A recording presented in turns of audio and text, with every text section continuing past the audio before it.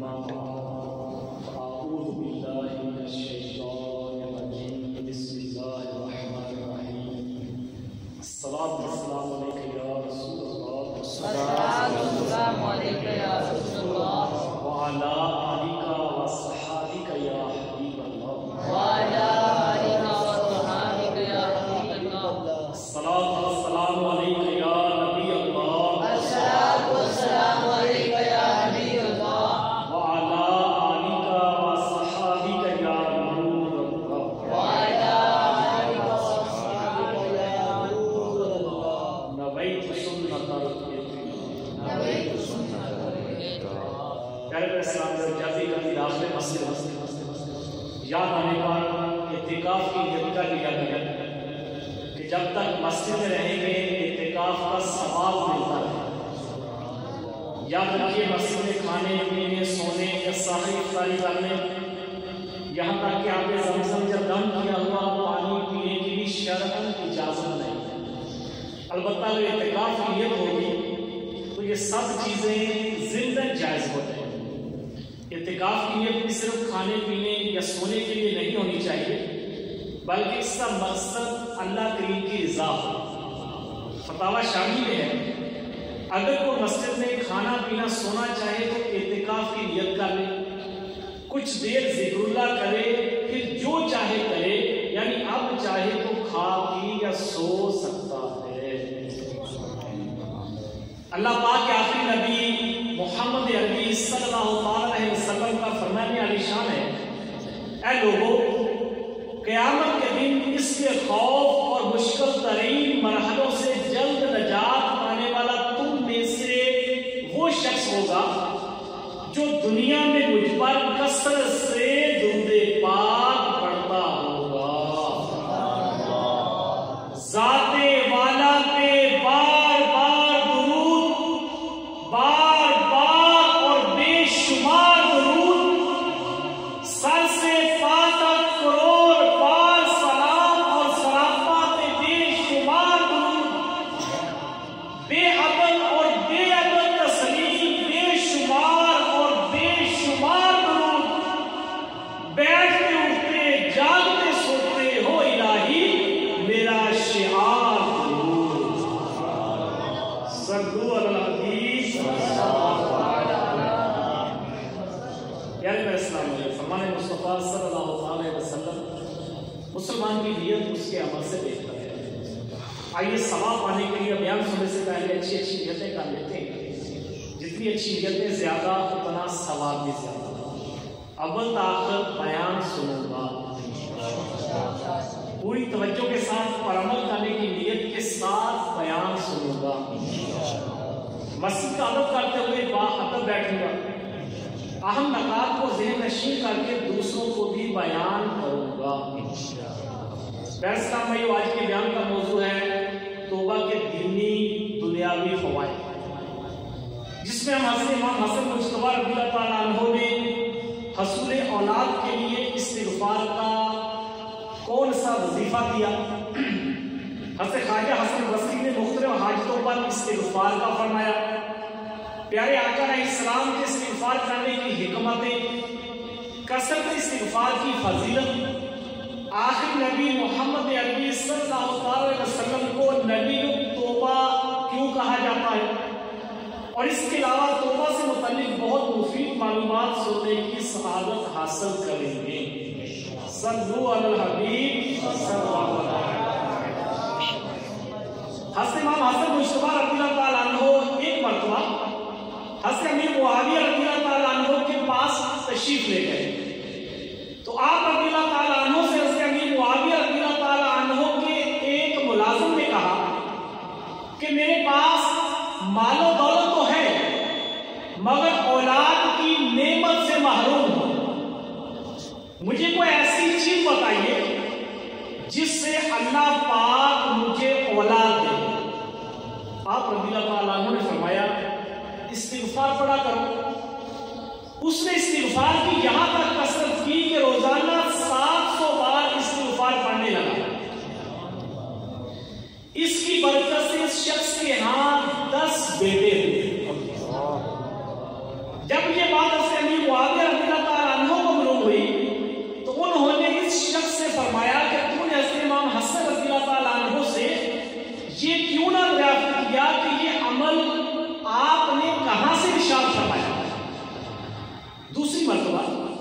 جب اس شخص کی حضرت امام حسن رضی اللہ تعالیٰ عنہ سے ملاقات ہوئی تو اس نے یہ دریافت کیا، حضرت امام حسن رضی اللہ تعالیٰ عنہ نے فرمایا کہ تم نے حضرت ہود علیہ السلام کا قول نہیں سنا جو انہوں نے فرمایا ترجمہ کنز ایمان، اور تم میں جتنی قوت ہے اس سے اور زیادہ دے گا، اور حضرت نوح علیہ السلام کا یہ ارشاد نہیں سنا ترجمہ کنز ایمان، مال اور بیٹوں سے تمہاری مدد کرے گا، یعنی رزق کی کثرت اور حصول اولاد کے لیے استغفار کا بکثرت پڑھنا قرآنی عمل ہے۔ حسن مجتبی سید الاسخیاء راکب دوش عزت پہ لاکھوں سلام۔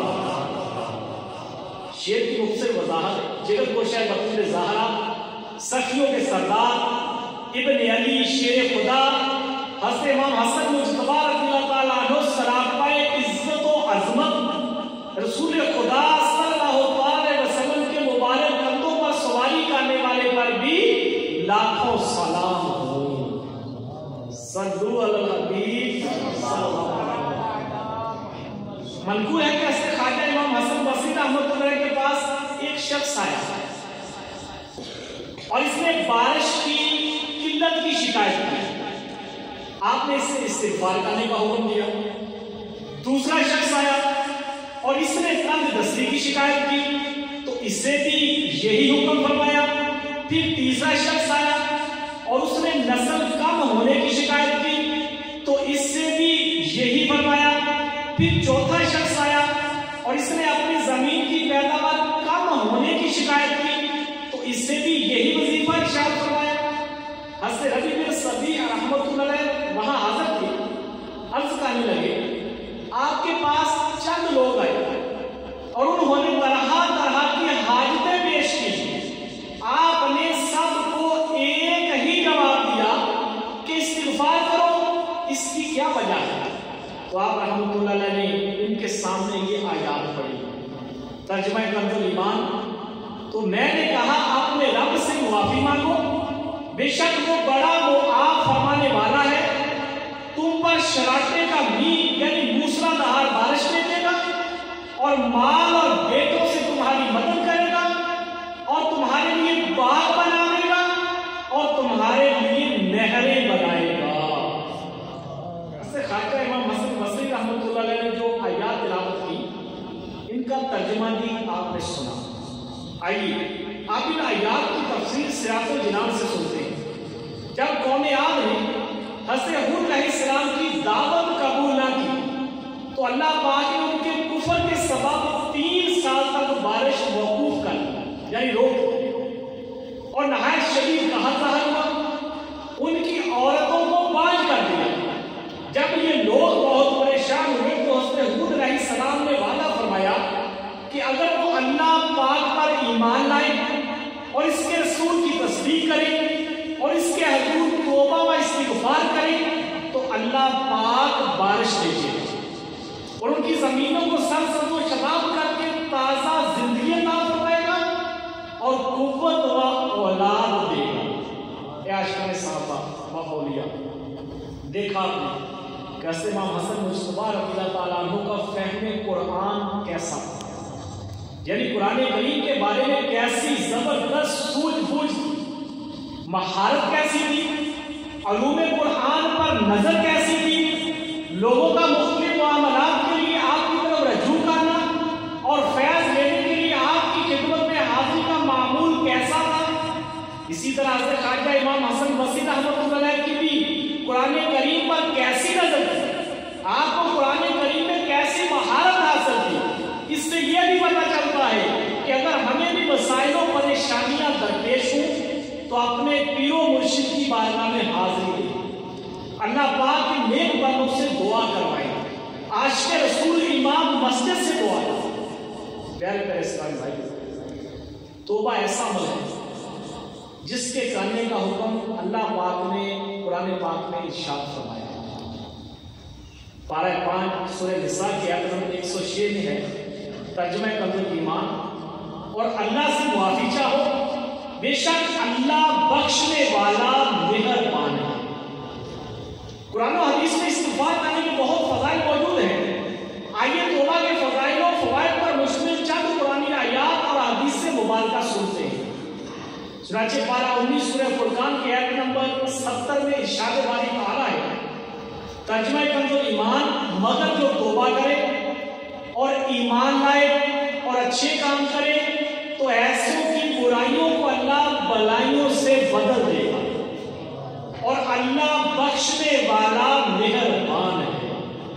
پیارے پیارے اسلامی بھائی، سبحان اللہ، توبہ کرنے والا کس قدر خوش نصیب ہے۔ اس کی برائیوں کو معاف ہی نہیں بلکہ نیکیوں سے تبدیل کر دیا جاتا ہے، اور ہم پر ہماری ماؤں سے بڑھ کر رحمت کرنے والا ہمارا خالق و مالک توبہ کرنے پر ہمیں اپنی محبت سے بھی نوازتا ہے۔ چنانچہ پارہ 2 سورہ بقرہ کی آیت نمبر 222 میں ارشاد ہوتا ہے، اس کا کو باندھنا ہے شاید سمجھ نہیں آئی، تو پارہ 2 سورہ بقرہ کی آیت نمبر 222 میں ارشاد ہوتا ہے، ترجمہ کنز ایمان، بے شک اللہ پسند رکھتا ہے بہت توبہ کرنے والوں کو، اور توبہ کرنے والوں کو ایک انعام یہ بھی عطا کرتا ہے کہ ان سے عذاب دور فرما دیتا ہے، جیسا کہ پارہ 9 سورہ انفال کی آیت نمبر 33 میں ارشاد ہوتا ہے، ترجمہ کنز ایمان، اور اللہ انہیں عذاب کرنے والا نہیں جب تک وہ بخشش مانگ رہے ہیں۔ علامہ علی بن محمد خازن رحمۃ اللہ علیہ فرماتے ہیں، اس آیت سے ثابت ہوا کہ استغفار عذاب سے امن میں رہنے کا ذریعہ ہے۔ پیارے اسلام بھائی، سنا آپ نے کہ ہمارے رحیم و کریم اللہ کو ہمارا توبہ کرنا کس قدر پسند ہے، اور وہ توبہ کرنے پر کیسی رحمتیں فرماتا ہے کہ وہ گناہوں کو نیکیوں میں بھی بدلتا ہے، اور استغفار کرنے والوں کو پسند فرماتے ہوئے ان سے عذاب کو بھی دور فرما دیتا ہے۔ اے عاشقان رسول، احادیث میں بھی محبوب رب العالمین جناب صادق و امین صلی اللہ علیہ وسلم کے فرامین کا خلاصہ ہے، استغفار کی برکت سے دلوں کے زنگ کی صفائی ہوتی ہے، استغفار کی برکت سے پریشانیوں اور تنگیوں سے نجات ملتی ہے، استغفار کی برکت سے ایسی جگہ سے رزق عطا فرمائے گا جہاں سے اسے گمان بھی نہ ہو، استغفار کی برکت سے بندے کا نامہ اعمال اسے خوش کر دے گا۔ کثرت سے استغفار کرنے والے کے لیے خوشخبری ہے، لہذا جلدی کیجیے اور اپنے کریم کے حضور سچی توبہ کر کے آنے والی زندگی کو اللہ پاک اور اس کے حبیب علیہ السلام کی خوشنودی کے لیے سنت کے سانچے میں ڈال دیجیے۔ اللہ پاک ہمیں سچی توبہ کی توفیق نصیب فرمائے۔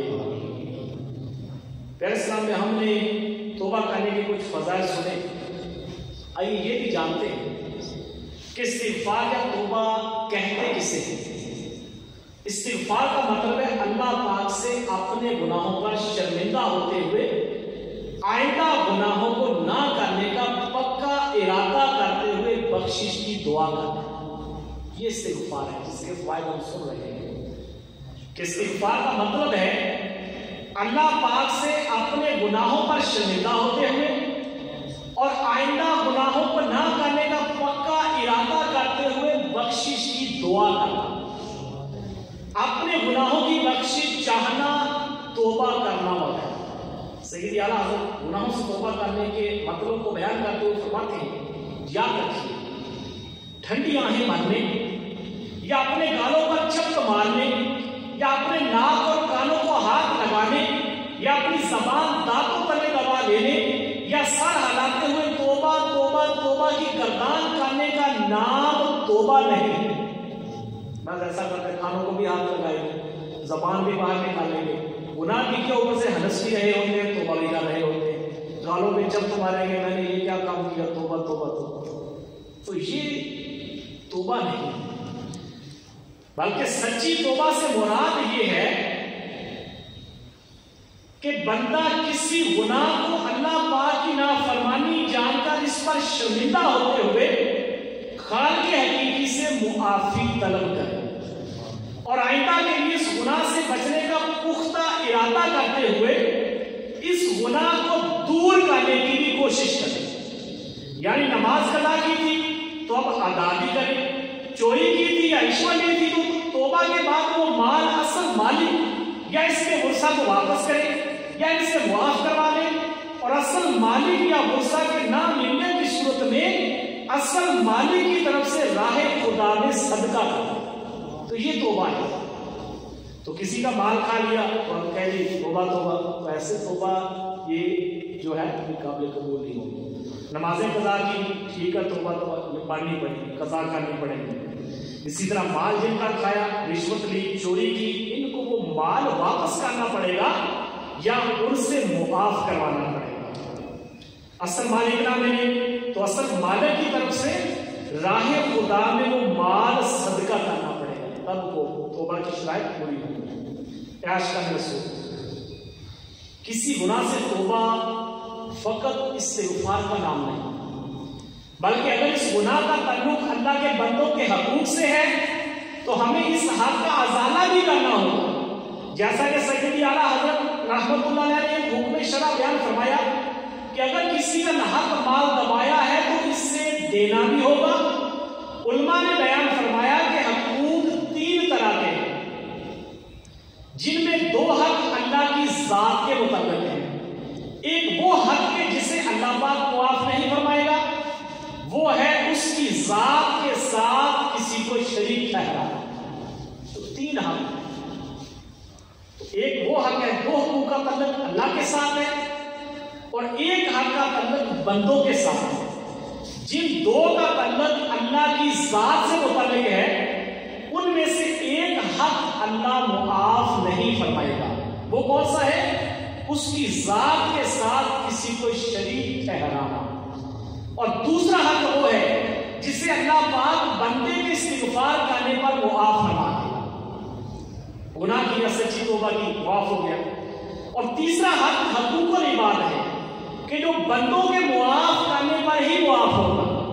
حتیٰ کہ کل بروز قیامت بھی جس کا حق ہوگا اللہ پاک اسی سے معاف کرنا ہے. عیاش کا رسول یقین حقوق العباد کا معاملہ بہت سخت ہے، لہذا اس سے اپنے آپ کو بچانے کی کوشش فرمائیں. اگر کسی کا کوئی حق تلف کیا ہے تو اس سے فی الفور ادا کریں اور رب کے حضور معافی بھی مانگیں کہ توبہ کو اللہ تعالیٰ پسند فرماتا ہے. اللہ پاک ہمیں حقوق العباد کا خیال رکھنے کی توفیق عطا فرمائے. آمین.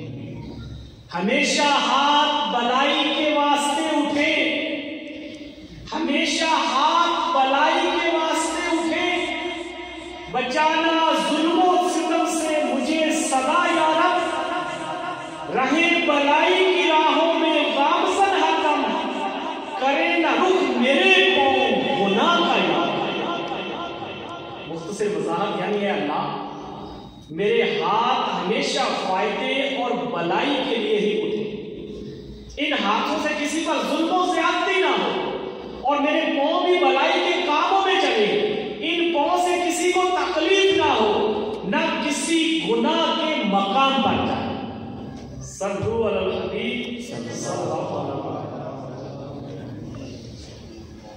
پیارے پیارے اسلام میں ہم نے توبہ کے فضائل اور طریقہ سننے کی سعادت حاصل کی، مگر یاد رکھیے اللہ پاک نے اپنے بندوں کے لیے کچھ رحمت بھرے اوقات بھی رکھے ہیں کہ جن میں خاص کرم کیا جاتا ہے، اور ہر مانگنے والا خواہ وہ بخشش مانگے یا کچھ بھی اس سے محروم نہیں کیا جاتا.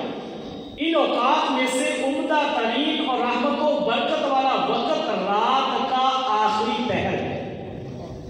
رات کے آخری پہر میں گریہ ازاری کرنے والوں کی مدد میں پارہ 26 سورۃ الزاریات کی آیت نمبر 17 اور 18 میں ارشاد ہوتا ہے، ترجمہ کنز ایمان، وہ رات میں کم سویا کرتے اور پچھلی رات استغفار کرتے. تفسیر سراج الجنان کا خلاصہ یہ ہے، پرہیزگار لوگوں کا نیک اعمال کرنے میں حال یہ تھا کہ وہ رات تہجد اور شب بیداری میں گزارتے. جو پرہیزگار اللہ کے نیک بندے ان کا کیا حال تھا کہ وہ رات تہجد اور شب بیداری میں گزارتے، اور رات میں اگر تھوڑی دیر سو جاتے تو اتنا سو جانے کو بھی اپنا اپنا قصور سمجھتے تھے اور رات تہجد اور شب بیداری میں گزارنے کے باوجود بھی وہ خود کو گناہگار سمجھتے تھے اور رات کا پچھلا حصہ اللہ پاک سے مغفرت طلب کرنے میں گزارتے تھے۔ رات کا آخری حصہ اللہ پاک سے مغفرت طلب کرنے اور دعا کے لیے بہت مفید ہے۔ یہاں اس سے متعلق ایک حدیث پاک ملاحظہ کیجیے۔ چنانچہ نبی کریم علیہ السلام نے ارشاد فرمایا، ہمارا اللہ پاک ہر رات اس وقت دنیا کے آسمان کی طرف نزول اجلال فرماتا ہے جب رات کا تہائی حصہ باقی رہ جاتا ہے اور فرماتا ہے کوئی ایسا ہے تو مجھ سے دعا کرے تاکہ میں اس کی دعا قبول کروں، کوئی ایسا ہے تو مجھ سے سوال کرے تاکہ میں اسے عطا کروں، کوئی ایسا ہے جو مجھ سے معافی چاہے تاکہ میں اسے بخش دوں۔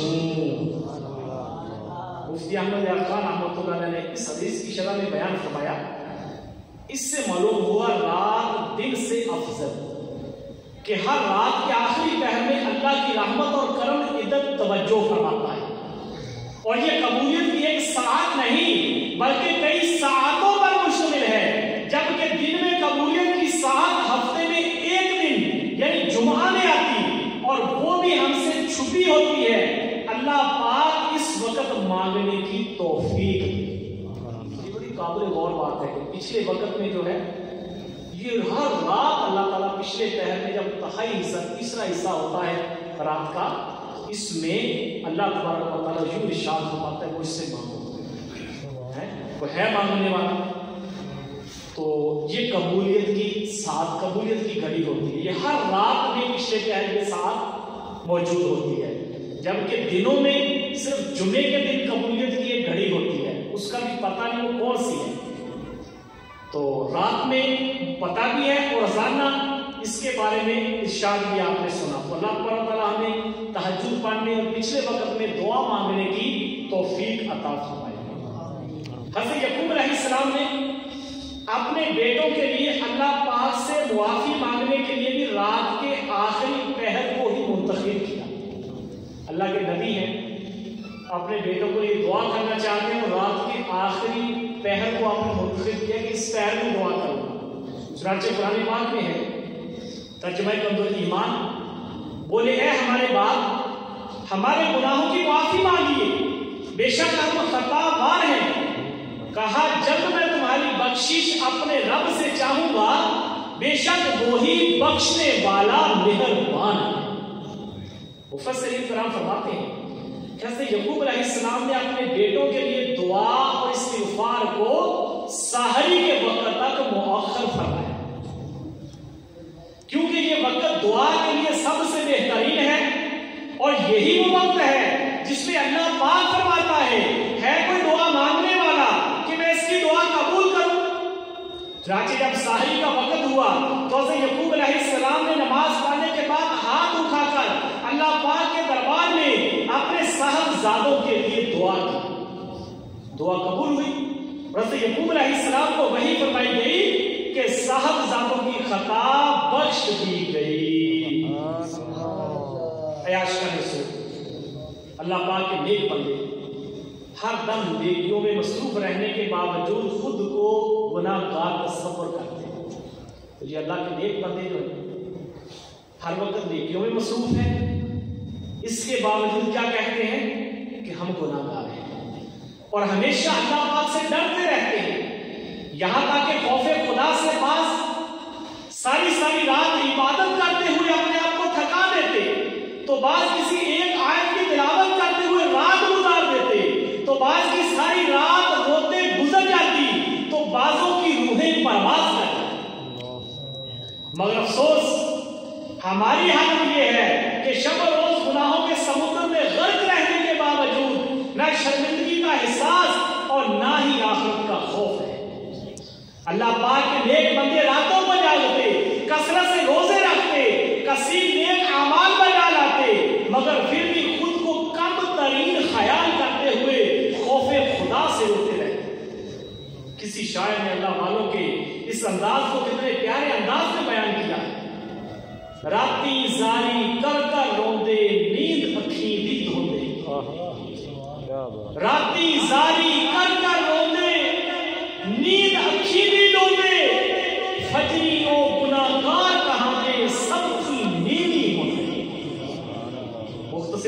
یعنی وہ ایسے نیک بندے ہیں جن کی راتیں گریہ و زاری کر کے گزرتی ہیں، جس کے سبب ان کی نیندیں اڑ جاتی ہیں، اس کے باوجود جب صبح ہوتی ہے تو لوگوں کے سامنے اپنے آپ کو سب سے بڑھ کر گناہگار تصور کرتے ہیں۔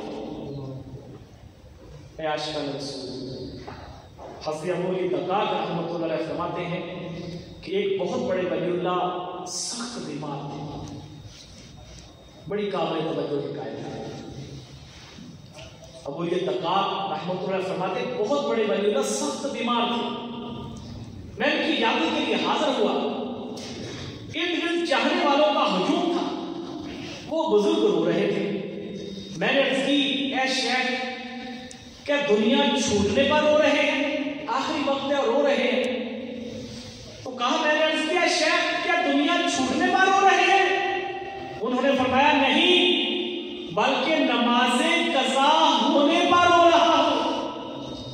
میں نے عرض کی حضور آپ کی نمازیں کیوں کر قضا ہو گئی؟ فرمایا میں نے جب بھی سجدہ کیا تو غفلت کے ساتھ، اور جب سجدہ سے سر اٹھایا تو غفلت کے ساتھ، اور اب غفلت ہی میں موت سے ہم آگوش ہو رہا ہوں۔ پھر ایک آہے سخت دل پردم سے کھینچ کر 4 عربی اشعار پڑھے۔ غور کرے پیارے سامنے، نماز پڑھتے ہیں عبادت کرتے ہیں تو پڑھتے ہی مسجد میں آنا نصیب نہیں، نماز پڑھنا ہی نصیب نہیں۔ جو پڑھ رہے ہیں ساری عمر نمازیں پڑھی، اللہ کے ولی ہیں، فرما رہے ہیں کہ میں نمازیں قضا ہونے پر رو رہا ہوں۔ کیوں؟ جب بھی سجدہ کیا غفلت میں کیا عاجزی، اور جب بھی سر اٹھایا غفلت میں اٹھایا۔ ہم اپنی نمازوں پر غور کریں، پڑھتے ہیں ہم اپنی نمازوں پر غور کریں تو پھر آپ نے 4 عربی اشعار پڑھے جن کا ترجمہ ہے میں نے اپنے حشر، قیامت کے دن اور قبر میں اپنے رخسار کے بڑا ہونے کے بارے میں غور کیا۔ اتنی عزت و رفعت کے بعد میں اکیلا پڑا ہوں گا اور اپنے جرم کی بنا پر رہن ہوں گا اور خاک ہی میرا تکیہ ہوگا۔ میں نے اپنے حساب کی طوالت اور نامہ اعمال دیے جانے کے وقت کی رسوائی کے بارے میں بھی سوچا، مگر اے مجھے پیدا کرنے والے اور مجھے پالنے والے، مجھے تجھ سے رحمت کی امید ہے، تو ہی میری خطاؤں کو بخشنے والا ہے۔ مجھ خطا کار پر بھی عطا کر، بے سبب بخش دے رب اکبر۔ مجھ کو دوزخ سے ڈر لگ رہا ہے، یا خدا تجھ سے میری دعا ہے، نزعہ میرا بے وفا تجھ سے، موت سے قبل بیمار تجھ سے، طالب جلوہ مصطفیٰ ہے، یا خدا تجھ سے میری دعا ہے۔ قبر میں مجھ کو تنہا لٹا کر چل دیے ہائے سارے برادر، دل اندھیرے میں گھبرا رہا ہے، یا خدا تجھ سے میری دعا ہے۔ مغفرت کا ہوں تجھ سے سوالی، پھیرنا اپنے در سے نہ خالی، مجھ گناہگار کی التجا ہے، یا خدا تجھ سے میری دعا ہے۔ صلو علی الحبیب صلی اللہ علیہ وسلم۔ حضرت معروف کرخی رحمۃ اللہ علیہ اپنی سند کے ساتھ روایت کرتے ہیں، ایک شخص نے سرکار مدینہ صلی اللہ علیہ وسلم کی خدمت سراپائے رحمت میں حاضر ہو کر عرض کی، یا رسول اللہ کوئی ایسا عمل ارشاد فرمائیے جو مجھے جنت میں داخل کر دے۔ تو آپ علیہ السلام نے فرمایا غصہ چھوڑ دو۔ کہا ایسا عمل بتائیے جو مجھے جنت میں داخل کر دے۔ تو میرے آقا علیہ السلام نے کیا فرمایا؟ غصہ چھوڑ دو۔ اس نے عرض کی اگر یہ نہ ہو سکے تو آپ علیہ السلام نے ارشاد فرمایا روزانہ بعد نماز عصر 70 مرتبہ اللہ پاک سے استغفار کرو تو وہ تیرے 70 برس کے گناہ بخش دے گا۔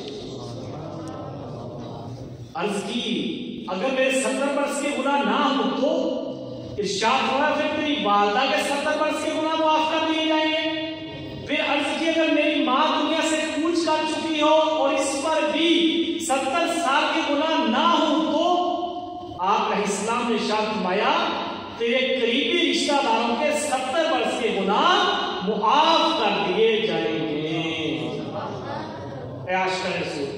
پیارے پیارے آقا علیہ السلام بھی کثرت کے ساتھ استغفار کرتے ہیں، اور ہمارے آقا کے مبارک ناموں میں ایک نام نبی توبہ یعنی توبہ والے نبی بھی ہے۔ اس کی کیا حکمت ہے، آئیے اس کے بارے میں کچھ سنتے ہیں۔ حضرت حذیفہ رضی اللہ تعالیٰ عنہ سے روایت ہے، مدینہ طیبہ کے ایک راستے میں حضور صلی اللہ علیہ وسلم سے میری ملاقات ہوئی تو ارشاد فرمایا،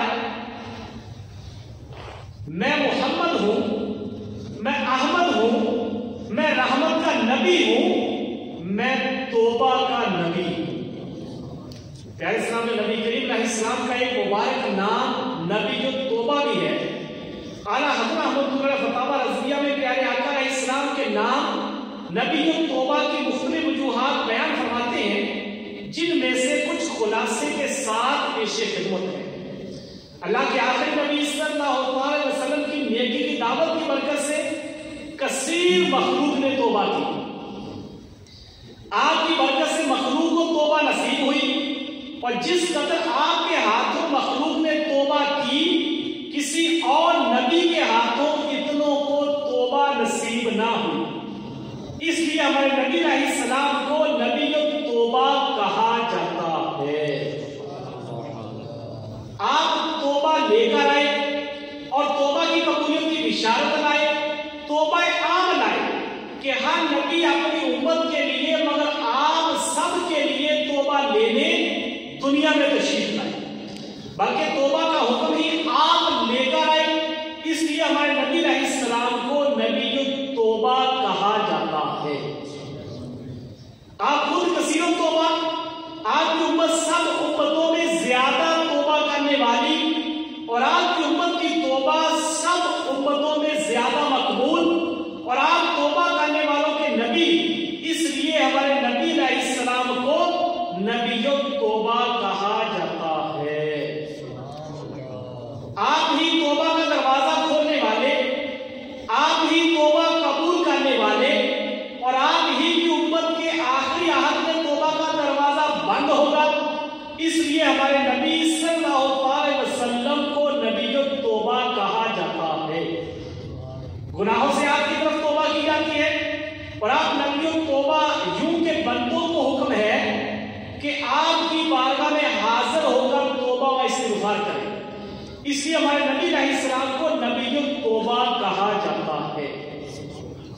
صلو علی الحبیب صلی اللہ علیہ وسلم۔ آپ نے سنا کہ ہمارے پیارے آقا علیہ السلام کثرت کے ساتھ استغفار کرتے ہیں۔ آئیے اس تعلق سے مزید بھی کچھ سنتے ہیں۔ چنانچہ سے علامہ بدر الدین آئینی رحمۃ اللہ علیہ فرماتے ہیں، نبی کریم علیہ السلام ہمیشہ درجات عالیہ کی طرف ترقی کرتے رہتے ہیں، اور جب آپ علیہ السلام ایک حال سے دوسرے حال کی طرف ترقی کرتے تو اپنے پہلے حال پر استغفار کرتے، اور آپ علیہ السلام عاجزی کرتے ہوئے استغفار کرتے تھے۔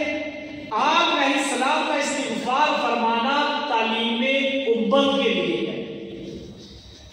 ہمارے پیارے مرشد کریم امیر اہل سنت دامت برکاتہ العالیہ بھی اپنے مریدین و طالبین کو کثرت استغفار کی ترغیب دلاتے ہوئے شجرہ شریف میں ارشاد فرماتے ہیں، دن یا رات میں کسی بھی وقت روزانہ 70 بار یہ پڑھیے، استغفر اللہ العظیم و اتوب الیہ۔ اے کاش ہم استغفار کے ساتھ ساتھ شجرہ شریف کے تمام اوراد پڑھنے والے بن جائیں۔ مفتی احمد یار خان عینی رحمۃ اللہ علیہ فرماتے ہیں، توبہ و استغفار نماز روزے کی طرح عبادت ہے، اس لیے حضور علیہ السلام بکثرت توبہ و استغفار کیا کرتے تھے، ورنہ حضور علیہ السلام معصوم ہیں۔ یاد رکھیے کہ حضور علیہ السلام معصوم ہیں، گناہ آپ علیہ السلام کے قریب ہی نہیں آتا۔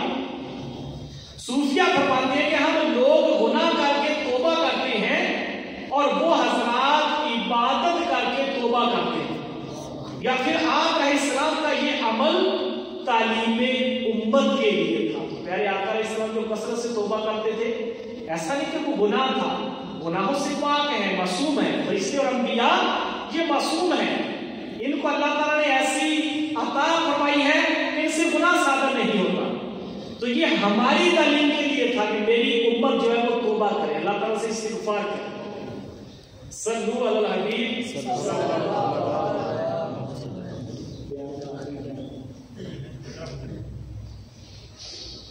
اے عاشقان رسول، اللہ پاک کے ایک مشہور ولی حضرت مالک بن دینار رحمۃ اللہ تعالی علیہ فرماتے ہیں، ان کی سچی توبہ کا واقعہ سنتے ہیں، اللہ پاک ان کے صدقے ہمیں بھی سچی توبہ کی توفیق نصیب فرمائے کہ یہ گناہگار شخص سے اس کے بعد حضرت مالک بن دینار رحمۃ اللہ تعالی کے ولی بنے تھے۔ انہوں نے کیسی سچی توبہ کی؟ منقول ہے کہ حضرت مالک بن دینار رحمۃ اللہ توبہ سے پہلے نشہ کے عادی تھے۔ آپ کی توبہ کا سبب یہ بنا کہ آپ اپنی ایک بیٹی سے بہت محبت کرتے تھے، اس کا انتقال ہو گیا تو آپ رحمت اللہ علیہ شبان کی 15ویں رات خواب دیکھتے ہیں کہ آپ کی قبر سے ایک بہت بڑا اژدہا نکل کر آپ کے پیچھے ریگنے لگا۔ آپ جب تیز چلنے لگتے ہیں وہ بھی تیز ہو جاتا ہے، پھر آپ ایک کمزور بوڑھے شخص کے قریب سے گزرے تو اس سے کہا مجھے اس اژدہے سے بچائیں۔ انہوں نے جواب دیا میں کمزور ہوں، رفتار تیز کر لو، شاید اس طرح اس سے نجات پا سکو۔ آپ رحمت اللہ علیہ مزید تیز چلنے لگے، اژدہا پیچھے ہی تھا، یہاں تک کہ آپ آگ کے ابلتے ہوئے گڑھوں کے پاس سے گزرے، قریب تھا کہ آپ اس میں گر جاتے، اتنے میں ایک آواز آئی تو میرا اہل نہیں ہے، یعنی تو اس آگ کے لائق نہیں ہے۔ آپ چلتے رہے حتیٰ کہ ایک پہاڑ پر چڑھ گئے، اس پر شامیانے اور صاحبان لگے ہوئے تھے۔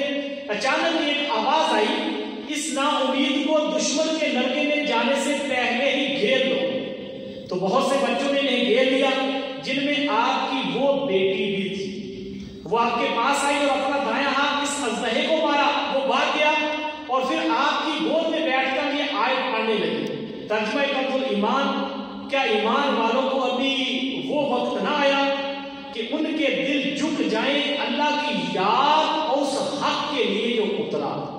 آپ رحمۃ اللہ علیہ فرماتے ہیں میں نے اپنی بیٹی سے پوچھا کیا تم فوت ہونے والے قرآن کریم بھی پڑھتے ہو؟ بیٹی نے جواب دیا جی ہاں، ہم زندہ لوگوں سے زیادہ اس کی معرفت رکھتے ہیں۔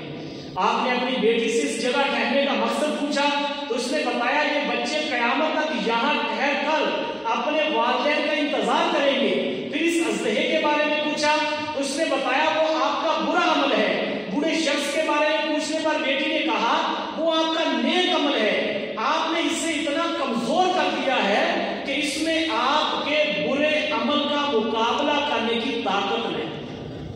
لہذا اللہ پاک کی بارگاہ میں توبہ کریں اور ہلاک ہونے سے بچیں۔ پھر وہ بلندی پر چلی گئی، جب آپ بیدار ہوئے تو اسی وقت سچی توبہ کر لی۔ پیارے پیارے اسلام بھائی، اس واقعے میں ہمارے سیکھنے کے لیے بہت کچھ ہے۔ یہ تو واقعہ ان کی سچی توبہ کا، اور ہمارے لیے سیکھنے کا اس میں بہت کچھ ہے۔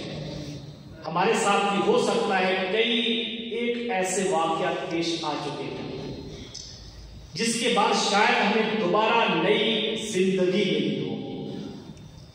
بسا اوقات خواب میں بھی ایسے اشارے ہوتے ہیں کہ سمجھنے والے کے لیے اس میں سمانے کی عبرت ہوتا ہے، لیکن ہم شاید اسے بھی ایک خواب یا ایک خیال کہہ کر نظر انداز کر دیتے ہیں کہ یہ کون سا حقیقت ہے۔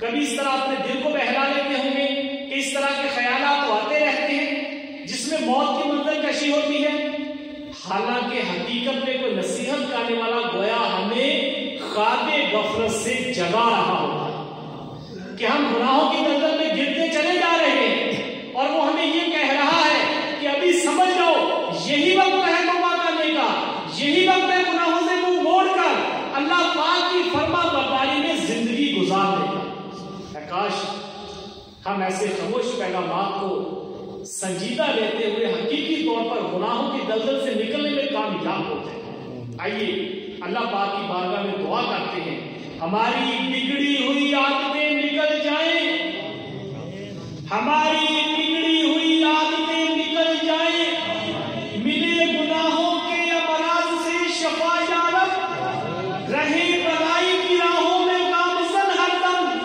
کرے نہ رخ میرے قوم گناہ کا یاد۔ صلو علی الحبیب۔ پیارے اسلام فی زمانہ شیطانی وسوسوں سے بچنے، ایمان کی سلامتی، نیکیوں پر استقامت پانے، پابند سنت بننے، گناہوں سے سچی نفرت کرنے، ایمان کی حفاظت کا جذبہ اپنے اندر بیدار کرنے اور توبہ پر ثابت قدمی پانے کے لیے نیک لوگوں کی صحبت اختیار کرنا بہت ضروری ہے، کیونکہ نیک لوگوں کی صحبت میں بیٹھنے سے گناہوں سے نفرت اور نیکیاں کرنے کا ذہن بنتا ہے۔ الحمدللہ عاشقان رسول کی دینی تحریک، دعوت اسلامی کا دینی ماحول کسی نعمت سے کم نہیں۔ اگر ہم چاہتے ہیں کہ نیک بن کر ایمان کی حفاظت کرنے والے بن جائیں تو آج یہی دعوت اسلامی کے دینی ماحول سے وابستہ ہو کر امیر اہل سنت دامت برکاتہم العالیہ کے دامن کرم سے وابستہ ہو جائیں اور سنتوں کی دھومیں بچانے کے لیے 12 دینی کاموں میں بڑھ چڑھ کر حصہ لیجیے۔ پیارے اسلام میں دینی کاموں میں سے ایک دینی کام مدنی قافلہ بھی ہے۔ الحمدللہ مدنی قافلوں کی برکت سے لوگوں کی زندگیوں میں مدنی انقلاب برپا ہو جاتا ہے۔ مدنی قافلے میں سفر کرنے سے نیک لوگوں کی صحبت میسر آتی ہے۔ مدنی قافلے کی برکت سے مسجد میں نفل اعتکاف کرنے کی سعادت ملتی ہے۔ مدنی قافلے کی برکت سے بے نمازیوں کو نمازوں کی اہمیت معلوم ہوتی ہے۔ مدنی قافلے کی برکت سے بہت سے دینی مسائل سیکھنے کی سعادت ملتی ہے۔ مدنی قافلے کی برکت سے مسجدوں میں ذکر و اذکار، درس و بیانات کا سلسلہ جاری رہتا ہے۔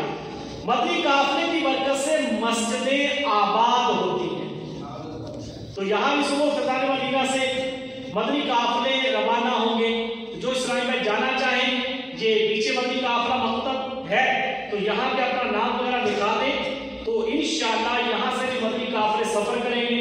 25 دسمبر ہے، صبح 25 دسمبر کی چھٹی ہے سرکاری طور پہ، اور آگے جو ہے ہفتہ ہے اور اتوار کی بھی چھٹی ہوتی ہے، تو اس لیے ان دنوں کو جو ہے وہ راہ خدا میں گزارا جائے تو انشاءاللہ دونوں جہاں کی برکتیں ہمیں نصیب ہوں گی۔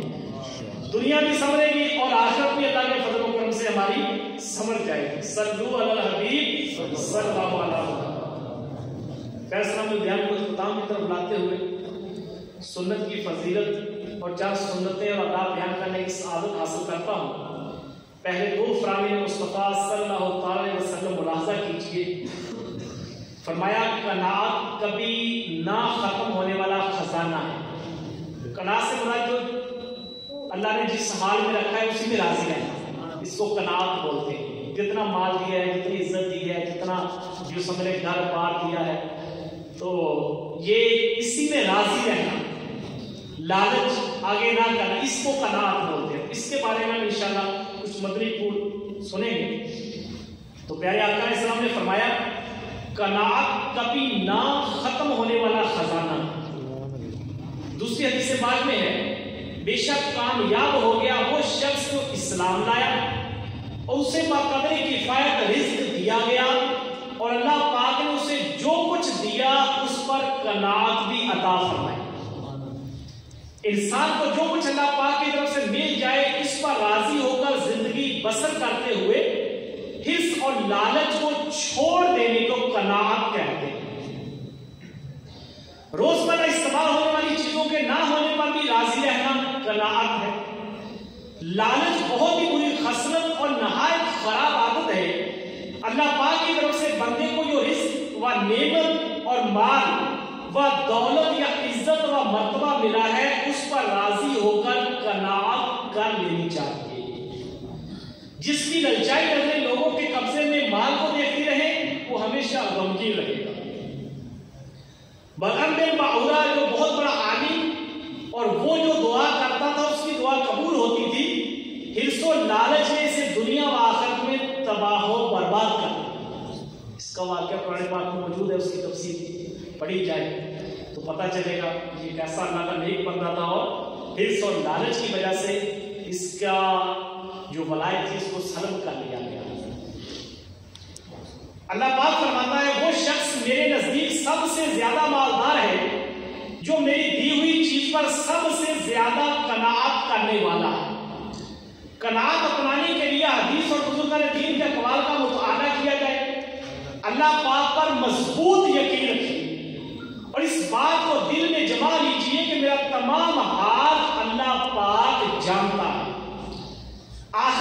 حساب سے خود کو ڈرائیے اور اپنی تنگ حالت کو آخرت کے لیے بہتر بنانے کی غرض سے صبر کیجیے۔ ایسے لوگوں کے ساتھ رہیے جو قناعت پسند اور ہر حال میں اللہ پاک کا شکر ادا کرنے والے۔ مال و دولت کی حرص ختم کیجیے، اس کے لیے دنیا کے فنا ہونے اور آخرت میں ہمیشہ باقی رہنے والی نعمتوں کو ملنے کا ذہن میں رکھیے۔ اللہ پاک سے دعا بھی کیجیے کہ وہ ہر حال میں خوش رہنے اور صبر و شکر کرنے کی توفیق عطا فرمائے۔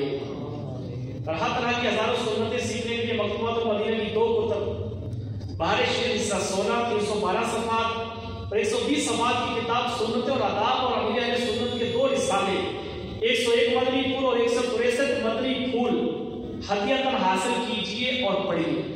سنتوں کی تربیت کا ایک بہترین ذریعہ دعوت اسلامی کے قافلوں میں عاشقان رسول کے ساتھ سنتوں برا سفر بھی ہے۔ صلو علی الحبیب صلی اللہ علیہ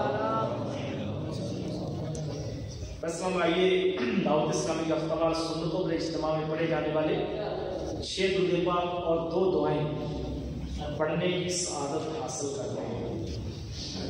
بزرگوں نے فرمایا کہ جو شخص ہر شب جمعہ جمعرات کی درمیانی رات میں اس درود شریف کو پابندی سے کم از کم 1 مرتبہ پڑھے گا، موت کے وقت سرکار مدینہ صلی اللہ علیہ وسلم کی زیارت کرے گا اور قبر میں داخل ہوتے وقت بھی یہاں تک کہ وہ دیکھے گا کہ سرکار مدینہ صلی اللہ علیہ وسلم اسے قبر میں اپنے رحمت بھرے ہاتھوں سے اتار رہے ہیں۔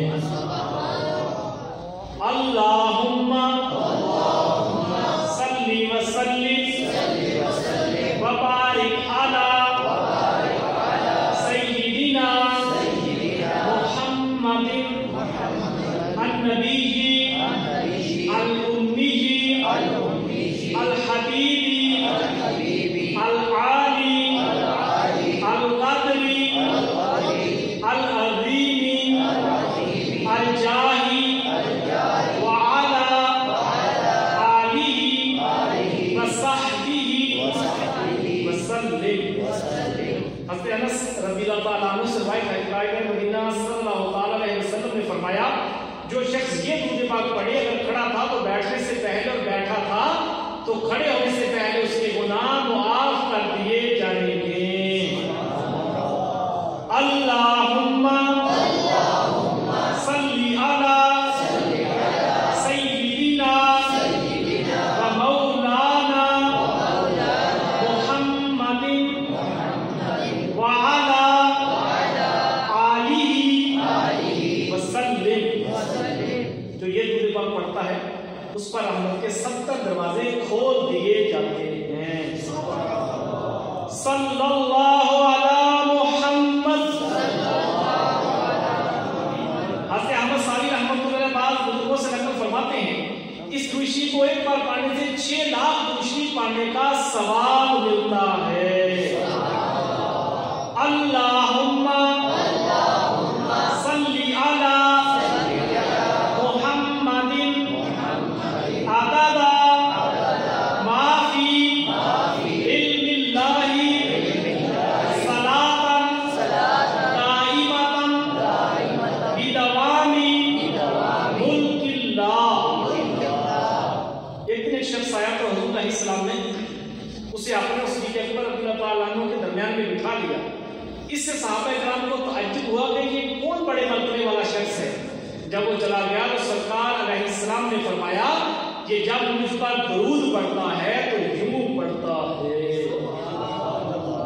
اللہم صلی علی محمد کما تحب وترضى۔ شافع محمد صلی اللہ علیہ وسلم کا فرمان معظم ہے جو شخص یوں درود پاک پڑھے اس کے لیے میری شفاعت واجب ہو جاتی ہے۔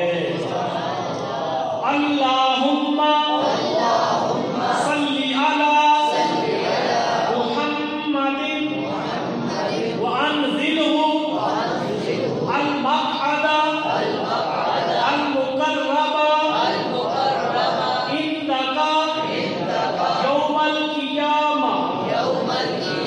حضرت ابن عباس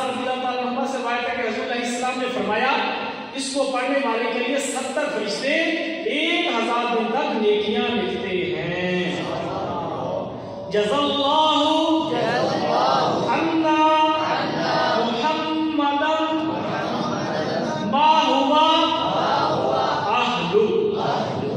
فرمانے مصطفیٰ صلی اللہ علیہ وسلم جس نے اس دعا کو 3 مرتبہ پڑھا تو گویا اس نے شب قدر حاصل کر لی.